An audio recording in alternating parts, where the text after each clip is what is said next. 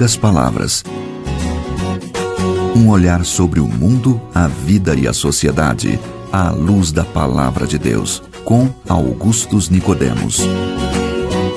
Está começando aqui nesta emissora mais um programa Em Poucas Palavras, agradecendo essa audiência maravilhosa que temos obtido através desses podcasts, também das pessoas que têm compartilhado os programas, através também do aplicativo Em Poucas Palavras, que você pode baixar gratuitamente no Google Play, no Play Store, enfim, nas lojas da Apple e também nas lojas da Android, aquele lugar que você baixa aí os aplicativos, pode baixar lá gratuitamente. Eu sou o Natson, estou aqui mais uma vez com você e, claro, o pastor Augustus Nicodemos. Olá, Natson Matias, querido ouvinte, muito obrigado pela sua audiência. E só lembrando que o nosso livro, Natson, está quase pronto. Em poucas palavras, pela editora Mundo Cristão. Olha, se Deus quiser, até o fim desse ano de 2016, nós vamos ter o lançamento, né? Vai ser um lançamento legal, né? Vamos fazer um programa ao vivo, como é que é? De repente a gente faz um programa ao vivo aí, faz sorteio de livro. Isso, vai ser legal. E dá oportunidade para o pessoal fazer pergunta na hora. Isso. Eu não sou eu que vou responder mesmo. Mas que não souber, eu deixo para você responder. Isso. Eu vou responder. Como eu digo, eu sempre sei a resposta. E às vezes é assim, não sei. Pois é.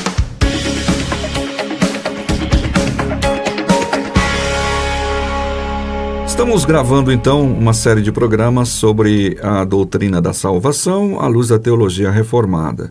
Já falamos alguns temas sobre pecado, predestinação, e hoje nós vamos falar sobre a morte de Jesus, por quem ele morreu. Aguarde aí.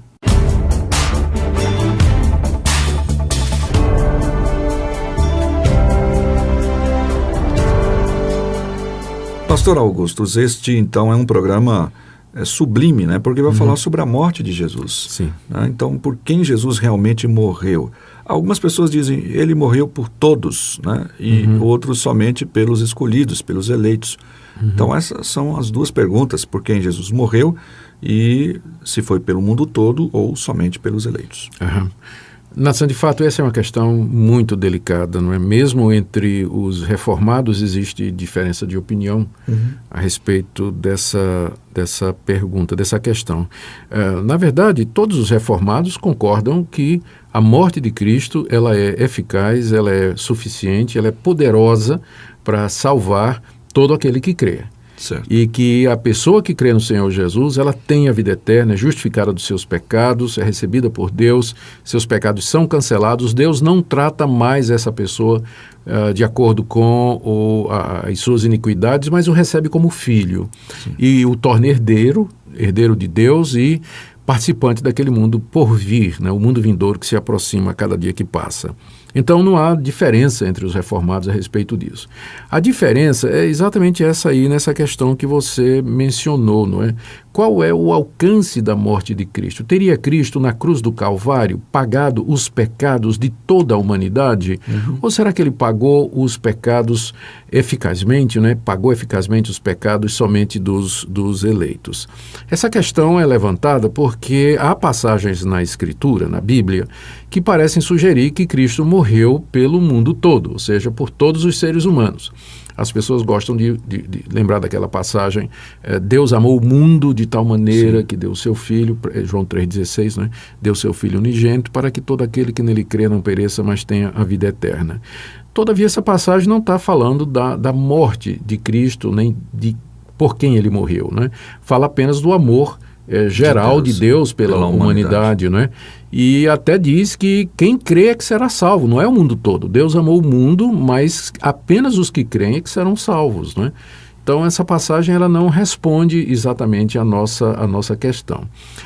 O apóstolo Paulo, lá em Romanos capítulo 5, quando ele faz o contraste entre Adão e Cristo, ele diz que por Adão entrou o pecado e entrou a morte, e por um só homem todos foram feitos pecadores, e por um só homem todos estão condenados. E aí quando ele faz o contraste com Cristo, aí ele vai dizer que em Cristo todos são justificados, em Cristo todos recebem graça, né? Só que Paulo alterna, às vezes ele fala todos, às vezes ele fala muitos. Isso, né? É fala todos ou muitos.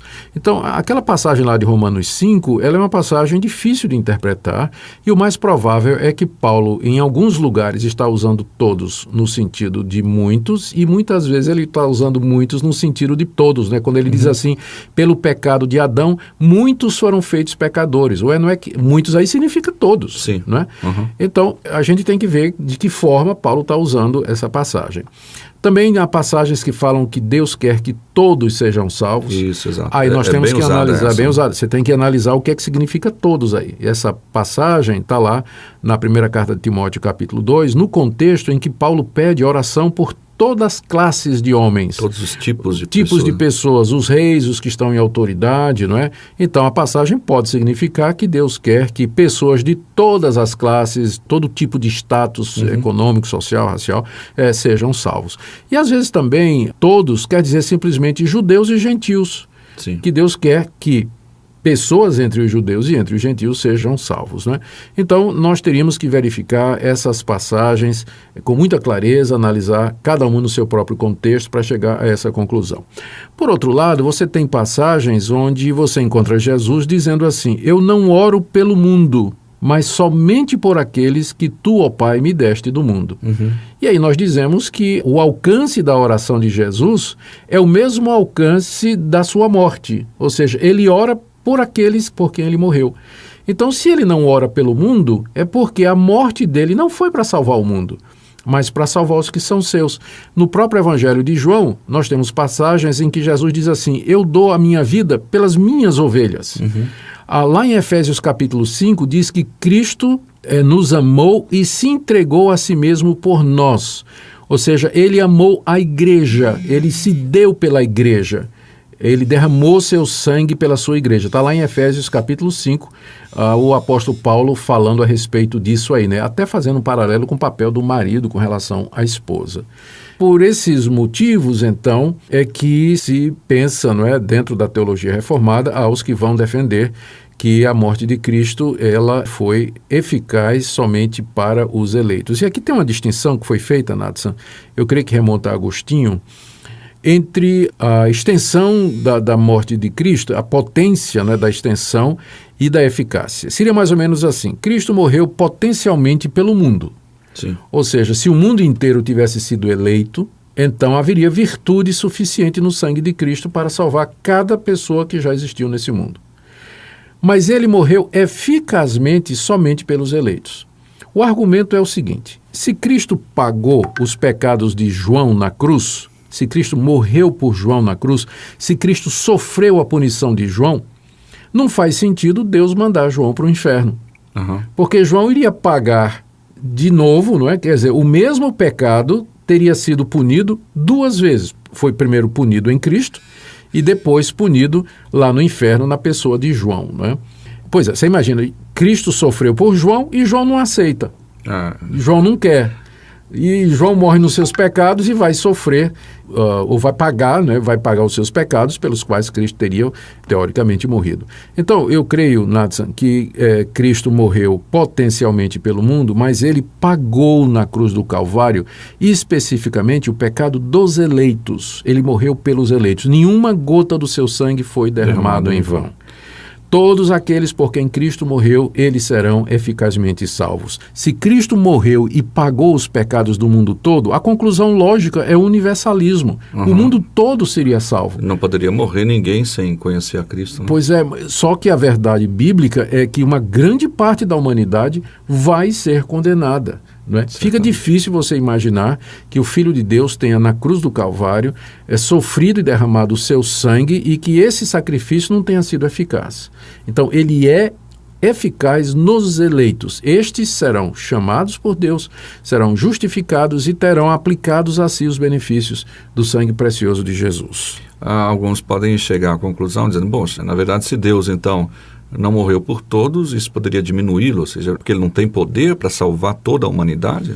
Pois é, algumas pessoas acham de que essa perspectiva, né, de que a morte de Cristo foi somente pelos eleitos, diminui o amor de Deus, a grandeza de Deus. O faz menor, né? O faz menor, mas na verdade não. Ao contrário, não é? O sacrifício de Cristo pelos eleitos, ele é eficaz e poderoso. Vamos pensar no contrário. Cristo teria morrido pelo mundo inteiro, mas isso não garante a salvação de ninguém, porque depende da pessoa aceitar. Acaba enfraquecendo. Aí isso é que enfraquece. Não é? Um Deus que realizou um plano de salvação, mas ele fica na dependência do querer humano. No final das contas, o homem é mais forte do que Deus. Porque, vamos supor, Cristo morreu por ele, mas ele não quer ser salvo.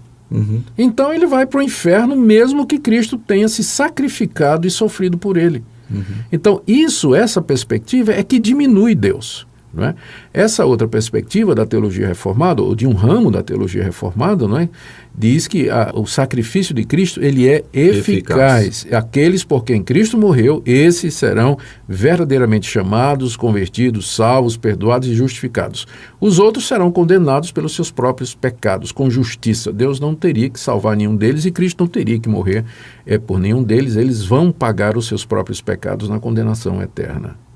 Amém. Então esse foi o nosso programa sobre essa questão. Foi citado aí no programa essas passagens que dizem acerca do que desejo de Deus de todos sejam salvos. Vocês perceberam como foi respondido. Temos que olhar sempre o contexto, né, da passagem e observar a coerência com que as Escrituras têm destacado bem esses aspectos. Pastor, eu gostei bastante desse programa, uma vez que ele trouxe, né, essas passagens basicamente que são usadas para dizer que, na verdade, nós estamos tentando cercear, né, a Deus ou limitá-lo, porque, afinal de contas, ele quer salvar todos, a gente fala dos eleitos, mas a Bíblia diz claramente sobre isso. Né? É isso aí.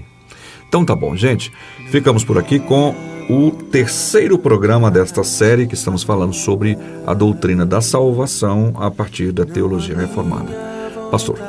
Muito obrigado, querido ouvinte, pela sua audiência. A minha oração é que você confie plenamente na obra completa de Cristo Jesus e que, confiando, você receba perdão dos pecados e reconciliação com Deus. Deus o abençoe. Amém. Até o próximo programa, se Deus quiser. Fique ligado e obrigado pela sua audiência.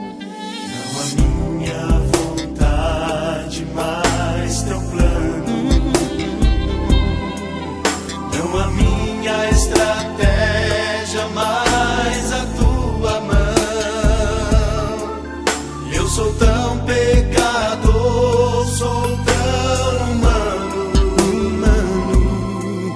Põe a tua vontade no meu coração.